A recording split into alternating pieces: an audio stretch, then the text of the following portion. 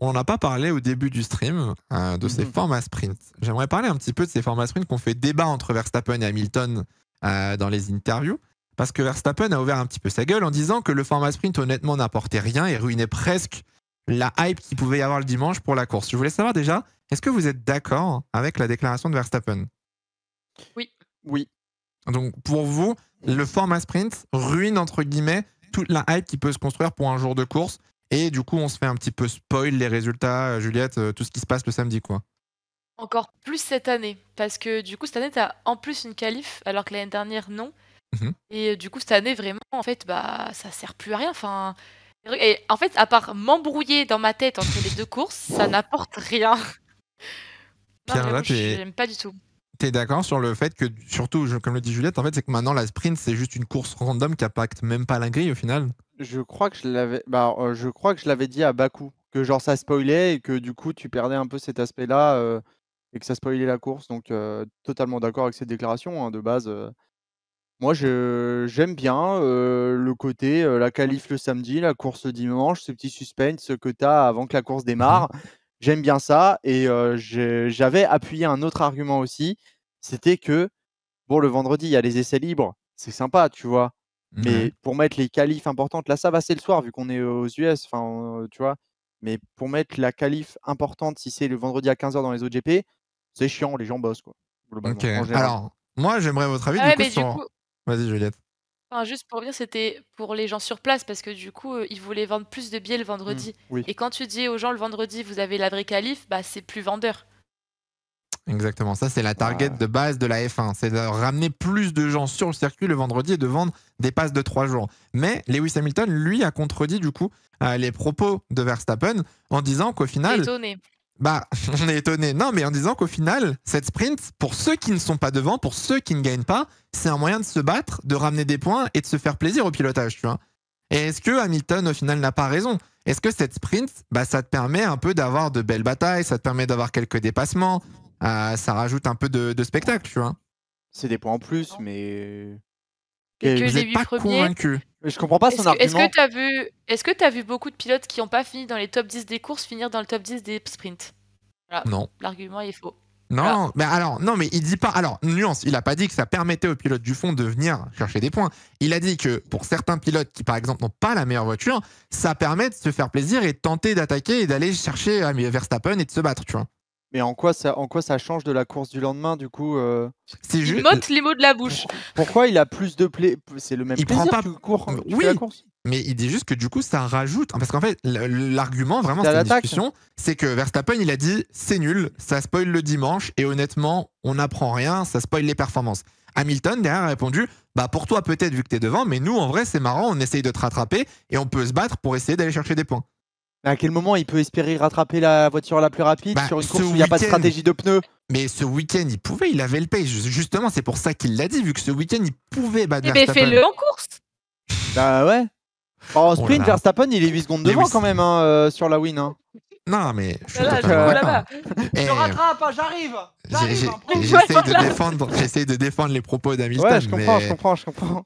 Moi, si je dois donner mon avis, je vous rejoins. Je vous rejoins sur le fait que, en fait, la course sprint aujourd'hui spoil un petit peu la performance. On savait déjà que la Red Bull allait être un peu en galère, mais pas trop. On savait que Mercedes était quasiment la voiture la plus rapide. On savait que Ferrari allait être à chier.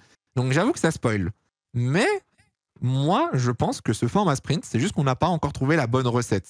Et je pense honnêtement que le fait d'avoir deux courses, on pourrait avoir un bon spectacle. Plus de tours? Bah là est la question. Quelle est... Vas-y, ouais, Juliette. Grille inversée pour toi? Grille inversée. Si on veut écouter ce que dit Hamilton, si les pilotes qui sont derrière veulent vraiment se battre, aller chercher un truc, tu fais une grille inversée. Et soit tu fais une grille full inversée pour aller laisser Magnussen et Sargent marquer un point, soit tu fais juste le top 10 et tu auras déjà beaucoup plus de spectacle selon moi parce qu'on a bien vu que quand... Bon, il gagne quand même, mais quand Verstappen part 6ème, c'est qu'à la mi-course qu'il revient, donc là, peut-être qu'il ne reviendrait pas. Et là, tu aurais vraiment des batailles entre, je sais pas, qui c'est qui est dans le top 10? Des Gasly et des Norris qui pourraient se battre aux avant-postes. Ça, c'est du spectacle. C'est pas d'aller revoir, encore une fois, Verstappen dominer. Ça, c'est pas du spectacle, très bon point pour Swim. Je vais essayer de donner des idées un peu de format qu'on pourrait tester. Le chat, vous me dites ce que vous en pensez. Pierre-Jacques, tu me diras après, parce que Swim m'a mis un bon message aussi dans le chat. On pourrait, comme disait Juliette, faire des grilles inversées. Alors, soit juste le top 10, soit faire la grille complète. Est-ce qu'on se base sur le classement du championnat? Est-ce qu'on inverse la grille de la qualif? C'est la Renault. Ensuite, on pourrait rajouter peut-être un pit stop dans cette course sprint, mais du coup, ça revient juste à une course normale au final. Bah, ça ferait plus de pneus. Ouais. Quel est, pour toi, Pierre-Jacques, quel est le format qu'on pourrait tester ou comment on pourrait rendre les courses sprint un peu intéressantes? Bah, grille inversée, comme l'a dit Swim, du coup, ça fait potentiellement plus de casse, vu qu'il y a plus de risques, vu que ça va se battre beaucoup plus, vu les différences de perf, donc plus de fatigue pour les mécanos et tout, donc je pense que c'est compliqué. Plus la notion de mérite, vu qu'on est dans le pinacle du sport auto. Oh, on parle vraiment de ça? Bah, dans ce sens-là, tu es censé récompenser les mecs qui sont plus rapides en format qualif, qui est juste le côté pur chrono, quoi. Derrière, c'est quoi la deuxième idée? C'est un pit stop? Ouais, du coup, ça va aussi à contre-courant du coup de la partie écologique, vu qu'on veut ramener moins de pneus sur les Grands Prix. Donc du coup, ça fonctionne pas. Déjà, vu que là, on essaye en plus des fois d'économiser des trains de pneus pour la course du lendemain en format sprint. Non, j'avoue que je vois pas. Ou alors, il faudrait assumer de pas réduire les pneus. Est-ce que si du coup on réintroduisait la sprint qui détermine la grille du dimanche, est-ce qu'on n'aurait pas un peu de suspense? Genre là, par exemple, du coup, on aurait eu Stroll serait bon, il est quand même parti dernier, mais on aurait eu Stroll au final qui serait parti dernier, etc. Tu vois? Ouais, mais ils prennent moins de risques quand la qualif, quand la course, ils prenaient moins de risques sur les autres sprints. Gasly, Monza 2022 qui fait un tout droit dans le gravier. Moi, je les ai vus en 2022, je crois que Gasly il finit pas une sprint à chaque fois, donc c'est pas le meilleur exemple. Ça va, Pierre. Tu veux qu'on refasse le duel? Tu veux qu'on se rebatte? Non, mais voilà quoi. Gasly, c'est peut-être pas le pauvre quoi. Genre, je crois qu'il aime pas trop la sprint. Je crois que c'est pas trop son truc. Non, je vois dans le chat. Si regarde P3 à Spa, voyons. C'est vrai. C'est vrai qu'il a fait un P3. Il y en a qui disent un point par dépassement, un point par... Oh là là là là, on va loin. Un point par dépassement. on va loin. Le format F2 est très bien. Et ouais, mais est-ce que le format F2 serait accepté? Comme disait Pierre-Jacques, il y a ce côté aussi aujourd'hui en F1 où on veut la performance, on veut le mérite de faire une bonne qualif, d'avoir une bonne voiture. Est-ce que si on inverse la grille, ça va pas poser problème pour les teams? Swim en parlait, est-ce que aussi le fait que du coup on rajoute de la casse potentiellement, les teams vont dire non avec le budget cap? En fait, t'as une incohérence. La sprint, en fait, c'est très très dur pour trouver un bon format en fait. Bah, c'est un format de merde de base. En fait, c'est incohérent avec les deux discours qu'on a depuis les 2 dernières années, qui sont le budget cap pour resserrer et l'écologie. Et en fait, les deux sont à chaque fois incompatibles avec le format sprint. Donc, est-ce qu'on revient au format du coup de... Est-ce qu'on revient au format d'il y a 2 ans, du coup, sans sprint? Enfin, le format habituel, quoi. Bah, ouais, moi, ça me va. Hein, tu sais, moi, je suis... Non, mais c'est une question, tu vois, parce que la F1, clairement, la F1 a pour but de rajouter des sprints, je pense. Je suis pas plus hype par la sprint. En fait, je pense qu'on n'est pas hype parce que, comme tu l'as dit tout à l'heure, on n'a pas trouvé le bon format. Mais d'un autre côté, la F1, elle évolue, elle a toujours évolué. Et je pense qu'elle va continuer. Et c'est pas non plus bon de freiner le développement pour freiner le développement parce qu'on n'aime pas le format actuel. Je pense qu'il y a quelque chose à faire avec la sprint. Le problème, c'est que là, elle est là juste pour l'argent pour l'instant. On n'a pas encore trouvé vraiment le côté sportif à adopter. Et pour revenir sur ce que vous disiez par rapport à ce que vous disiez par rapport à la grille inversée. Je suis pas d'accord parce que regarde, dans F2, ça passe très bien et tu mets moins de points. La sprint, aujourd'hui, tu gagnes quoi? Tu gagnes 8 points. Est-ce que tu penses vraiment que ça va aller... Ça peut jouer sur la fin de classement, effectivement, où tu as As, c'est qui? C'est Alpha Tauri et Alfa Romeo qui sont à 4 points les uns des autres, à 16 points. Là, ça peut aller avoir de l'impact. Est-ce que tu penses que ça allait vraiment impacter Verstappen, qui est champion constructeur et pilote? Je ne pense pas. C'est vrai que c'est pas con pour le fond de grille. Ouais, mais du coup, ça voudrait dire que vous estimez que les As et les Williams seraient capables de rester devant pendant 18 tours les Red Bull, McLaren et compagnie. En fait, moi, le problème que j'ai dans l'histoire de faire une grille complètement inversée, c'est que ça se double à tous les niveaux, en fait. C'est-à-dire que ceux qui sont au fond doublent ceux qui sont au milieu, ceux qui sont au milieu doublent ceux qui sont devant, et ceux qui sont devant se font doubler par tout le monde. Et ça crée un bordel en termes de pace. Ouais. Ça va faire le bordel. Et il y a aussi un autre truc qu'on a oublié de préciser, le parc fermé sur la sprint. Pareil, qu'est-ce qu'on en fait pour le règlement? C'est vrai parce que du coup, on n'a qu'une seule séance d'essai. Donc, c'est-à-dire qu'à partir du vendredi midi, vous ne pouvez plus modifier les réglages de la voiture. Vous ne pouvez plus travailler sur le setup, etc. Est-ce qu'en ouvrant le parc fermé, on ne peut pas aussi trouver peut-être un compromis? pour régler les voitures. Ou alors est-ce qu'on était un peu plus smart et en faisant 2 séances d'essais libres le vendredi et en faisant qu'une qualif et en gardant le fait que la sprint détermine la grille, on peut pas jouer comme ça. Mais moi, je pense qu'on devrait pas laisser qu'une séance. On l'a vu, Ocon, bon, on l'a pas trop vu finalement, mais ça lui avait quand même coûté son week-end parce qu'ils n'avaient pas réussi à bien calibrer la voiture en une seule séance. Combien de voitures se sont fait prendre au jeu à cause de la sprint parce qu'en une séance, c'est pas suffisant. Et là, quand tu vois qu'il y a 3 écuries qui ramènent des améliorations, qu'il y en a une, ça la fait ralentir, que l'autre, ça fait rien, enfin, je pense que c'est pas suffisant. C'est vrai qu'il y a un message de Robin qui dit on est quand même en train de réfléchir. Parce que là, on creuse le chat. On est vraiment en train de chercher toutes les options possibles. Et c'est vrai qu'on réfléchit à des artifices de partout pour pas grand-chose au final. Parce que si les gens n'aiment pas la sprint, au final, quel est l'intérêt de garder ce format? Alors après, je sais pas si vous l'avez vu sur un week-end de course. Est-ce que vous êtes déjà allé sur un week-end où il y a un format sprint? Non. Non? Juliette? Non. Non. En vrai, moi, j'ai fait Monza l'année dernière et Spa cette année. Non, pas dormi. Non, j'ai pas dormi. Et Monza l'année dernière et Spa cette année. Et c'est vrai que quand t'es sur place, c'est quand même un petit plus quand t'as les 3 jours. Parce qu'en vrai, quand t'as les 3 jours, t'es sur place. Tous les jours, t'as un moment fort, la qualif, encore une qualif, t'as une course derrière, t'as encore une course le dimanche. Donc quand t'es sur place, forcément, c'est beaucoup plus intéressant. T'as plus d'action, etc. Tu vois. Par contre, Pierre, tu marques un bon point, c'est que ceux qui travaillent le vendredi après-midi, ça, je suis d'accord que ça peut être relou, tu vois. Donc aujourd'hui, est-ce que c'est la qualif importante? C'est la qualif du dimanche. Est-ce qu'aujourd'hui, tu as un intérêt à satisfaire le spectateur sur place ou le spectateur à la télé? Au pire, inverse. Mais la qualif, ouais, mais ça spoil. En fait, c'est pareil, ça spoil aussi. J'allais dire, mais la qualif shootout le vendredi, mais ça spoil la qualif tout court. Du coup. Ah oui.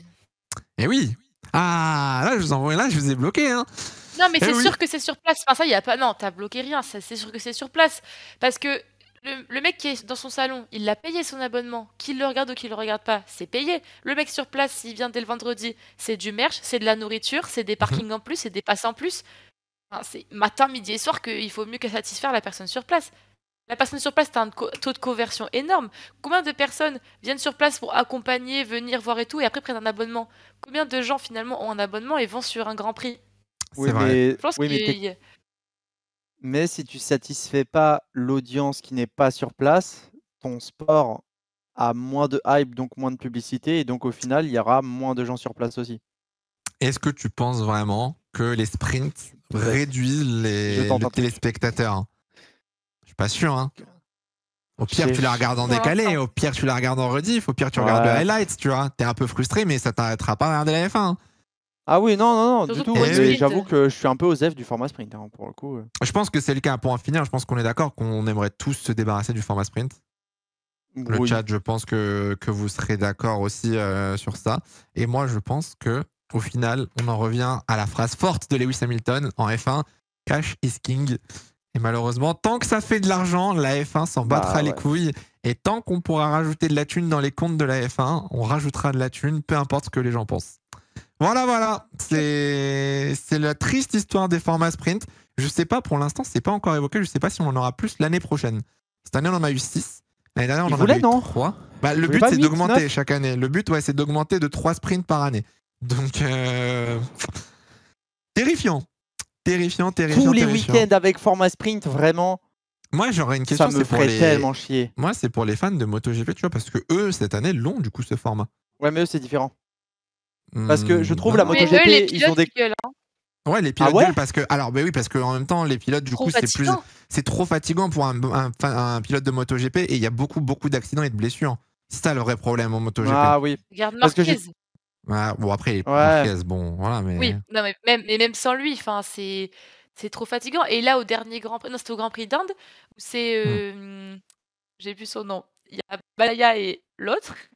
Qui débattent et qui disent mais tu vas rentrer chez toi ce week-end? Bah non, je peux pas parce qu'il y a sprint ou parce qu'il y a machin. Et on arrive à la même chose avec la F1.